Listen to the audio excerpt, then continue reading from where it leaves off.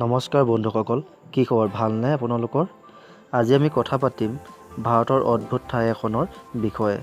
ভাল পালে ভিডিঅ'টো লাইক কৰিব আৰু যদি ভিডিঅ'টো চাই বেয়া পায় তেন্তে ডিছলাইক কৰিব।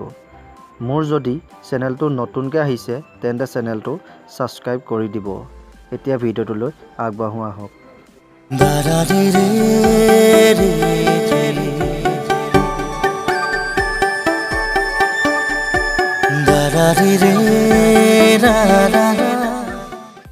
আমাৰ এই পৃথিৱীখনত যিমান জান-জুৰি নদী আছে সকলো ওপৰৰ পৰা তললৈ বৈ আছে।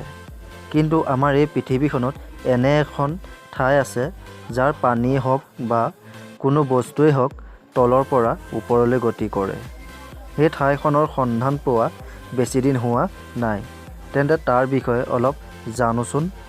উল্টাপানী নামেৰে জনাজাত এই ঠাইডোখৰ অম্বিকাপুৰৰ পৰা প্ৰায় ৫৬ কিলোমিটাৰ দূৰৰ এখন গাঁৱত অৱস্থিত।